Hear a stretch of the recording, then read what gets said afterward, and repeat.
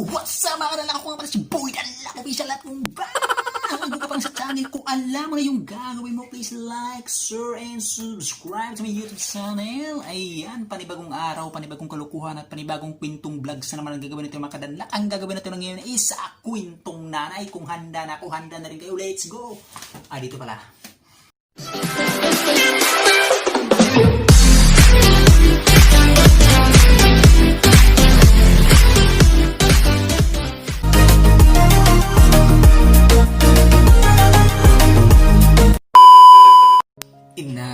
Inay, ang pangalang paulit-ulit kong naririnig, ang pangalang paulit-ulit kong sinasambit. Inay, ang ilaw ng tahanan, ang bumuo ng aking pagkatao sa lipunan. Inakay ako ng 9 na buwan, hanggang sa ipinanganak at sinilang sa mundong aking kinalakihan. Sobrang tuwa ko kahit hindi pa maliwanag sa aking kaisipan nung ako'y isilang ng aking ina na ilaw ng aming tahanan. Laking tuwa ko, laking saya ko. Batang walang alam sa buhay, hindi alam ang tama't mali na pinagdadaanan. Batang inarugaan ng magulang, batang pinalaki ng maayos ng nanay ko. Hanggang sa namulat ang aking kaisipan sa mundo at sa lugar na aking kinalakihan, sabay sa pagpatak ng aking mga luha, ay isang pangarap pang nabuo na sa aking nakikita sa dalawa kong mga mata. Nakita ko kung gaano kahirap ang pinagdaanan ng aking mama. Nagbubukid, nagtatanim ng mga palay, kamuti, saging, kahit ano pa. Kitang-kita ko kung gaano kahirap, tirik ang araw. Nagtatrabaho ang nanay ko sa bukid. Ginagawa ng nanay ko ang lahat para makakain kami, pantawid gutom sa araw-araw. Ulan, init, dugo at pawis ang pinuhunan ng aking magulang, ng aking inay, para lang sa pagkainan may pagsalu-saluhan kaming magpamilya. Para lang may makakain, makatawid sa gutom sa pang-araw-araw. Ganyan ko po ipagmalaki ang nanay ko. Ganyan din po kaingay ang aso.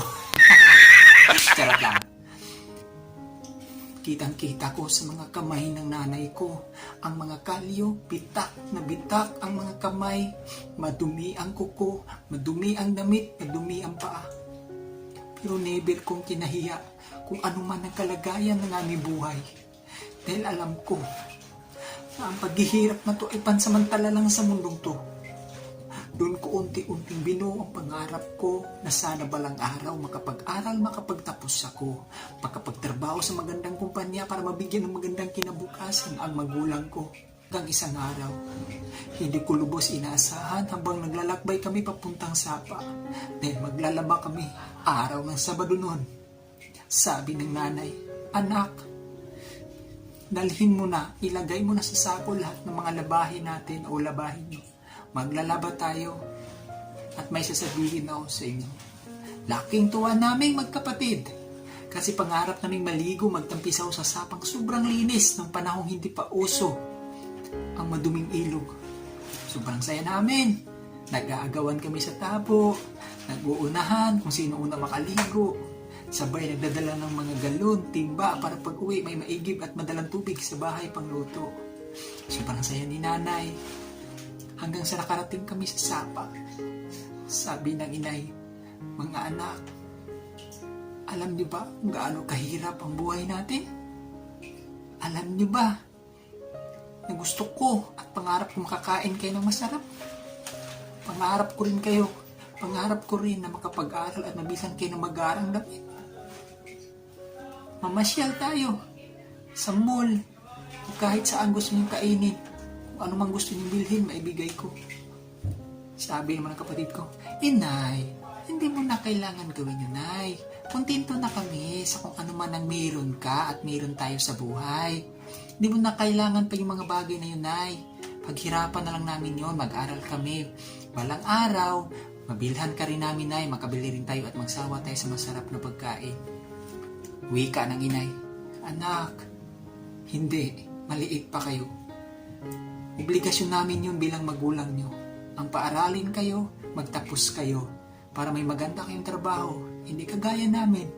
Dito lang sa bukid, no read no write pa kami. Kaya mahirap sa akin anak na makita kayong ganyan. Pasensya na kayong mga anak kung ganito lang ang inyong magulang. Walang pinag-aralan, hindi nakapagtapos. Kaya ganito ang buhay natin, isang kahig isang tuka, sabi ni inay. Doon pumapatak ang mga luha ko. Sa bayo ko, sa tubig, tinitignan ko ang itsura ko. Nung araw na yon, tandang-tanda ko sa sarili at isipan ko na sana balang araw ay mabigay ko lahat ng gusto ng nanay. Mabili ko lahat ng masarap na pagkain nang hindi kami mag-aagawan. Nagbigla, tumayo si nanay. Iyakap kami magkapatid. Sabay sabi, mga anak, aalis ako. Mag-OFW ako. Dilisanin ko muna kayo panandalian mga anak. Hanggang sa nag-iyakan kami magkapatid. Nay, bakit? Hindi namin kailangan lumayo ka. Hindi kami sanay na wala ka sa bahay. Hindi kami sanay na gumising na hindi ka katabi na ay. Hindi kami sanay na ay. Kailangan ka namin. Sabi ng inay, mga anak, kailangan ko itong gawin. Masakit, mabigat man sa aking isipan at puso. Pero kailangan ko itong gawin. Kailangan ko lumayo sa inyo. Para mabigyan ko kayo ng magandang kinabukasan. Nabilang ko kayo ng magandang damit. Pagkalipas ng ilang araw, linggo, buwan, ang takdang pag-alis ni nanay sa bahay, puntang ibang bansa.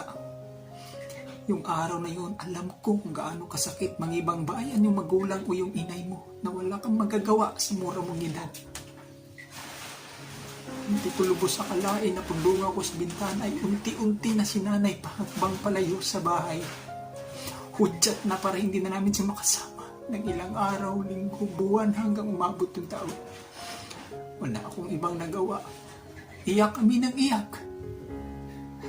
Habang nagpagulong-gulong yung iba kong kapatid sa lupa. Dahil ayaw nga pumayag, pinigilan kami ng mga kapitbahay ng lola. Huwag na kayong umiyak, para din sa inyo yan. Yung nanay ko hindi lumilingon. Alam ko, ramdam ko na umiyak yung nanay. Alam ko, ramdam ko na umiiyak yung nanay ko. Masakit man sa kanyang iwang kami. Pero nilakasan ni nanay ang loob para sa amin. Hanggang hindi ko natanaw si nanay sa malayo. Hanggang nakasakay na siya ng motor palayo sa aming bayan. Sobrang sakit. Namuhay kami sa araw-araw. Mupunta sa ibang bayan para makausap ang aming magulang. Nakausap namin si nanay sa ibang bansa. Sobrang hirap. Yung magkasakit kami. Kailangan namin ng nanay. Pag may meeting sa paralan, kailangan namin ng nanay. Wala kaming matawag na nanay. Dahil yung nanay namin nasa ibang bansa. Pero nilakasan namin ang loob namin magkapatid. Ginawa namin ang lahat na kapag-aral kami. Gusto namin maipakita sa nanay namin na hindi sayang ang paglayo niya sa amin. Dahil gusto namin masuklian ng maganda. Ang bawat sentimo ng kanyang pinapadala, ibibigyan namin napakalaking halaga.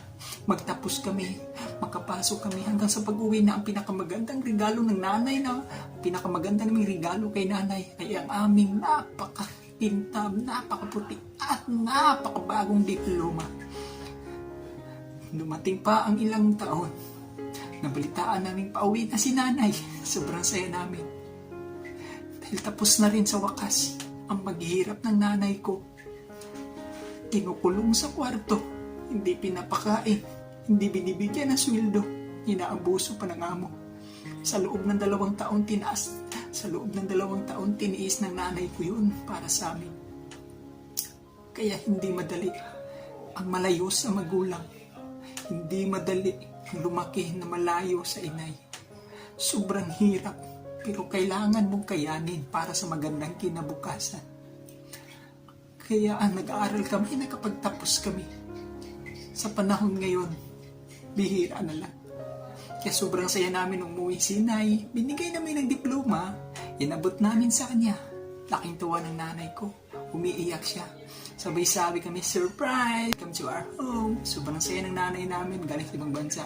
Wala man siyang magkarang mga damit, magkarang mga bagay na pasalubong sa amin, okay lang. Kasi hindi namin yung kailangan. Ang kailangan namin, ang pagmamahal ng inay at tunay na magulang. Sa mundong to, sa lahat ng mga anak ng mga OFW o kung sino mga may kamag-anak ng OFW, huwag niyong sayangin ang mga pera sa mga bagay na hindi niyo kailangan. Pahalagahan niyo ang bawat sentimo na pinapadala nila. Dahil lahat ng yan ay importante. Dugo at pawis ang pinuhunan sa paglayo nila sa ating bayan. Nagsisirbisyo sa iba, nagpapaalipin sa iba para sa atin. Kaya isipin niyo mabuti yun. Okay, dito lang nagtatapos ang kwento. Ito po ang pinamagatang ang kwento ni Inay. Yun! Maraming salamat mga kadalapers sa inyong pakikinig sa ating kwentong Inay. Ayun, di ba? Naantig naman kayo sa kwento kung walang kabubuluhan, walang katotohanan, purong katutuwaan lamang. So maraming salamat mga kadalak sa panonood at pakikinig nyo. Isang maligayang gabi sa ating lahat, no? Ay, naingat kayo lagi kung saan man kayo. At sa lahat ng mga OFW natin dyan, saludo po ako sa inyo. Isa po kayong bayan. Ingat po kayo lagi dyan. Ilike ko ang sinasabi. Huwag makalimot, magpasalamat sa Panginoong Diyos, sa blessings na natanggap natin sa araw-araw. So, yun naman po mga kadalak at lagi po natin tatandaan sa anuman habang ng buhay, manalig at magtiwala lang sa sarili. Small YouTubers, God first. I love you, loves. Vince Malunggay, I love you, bye.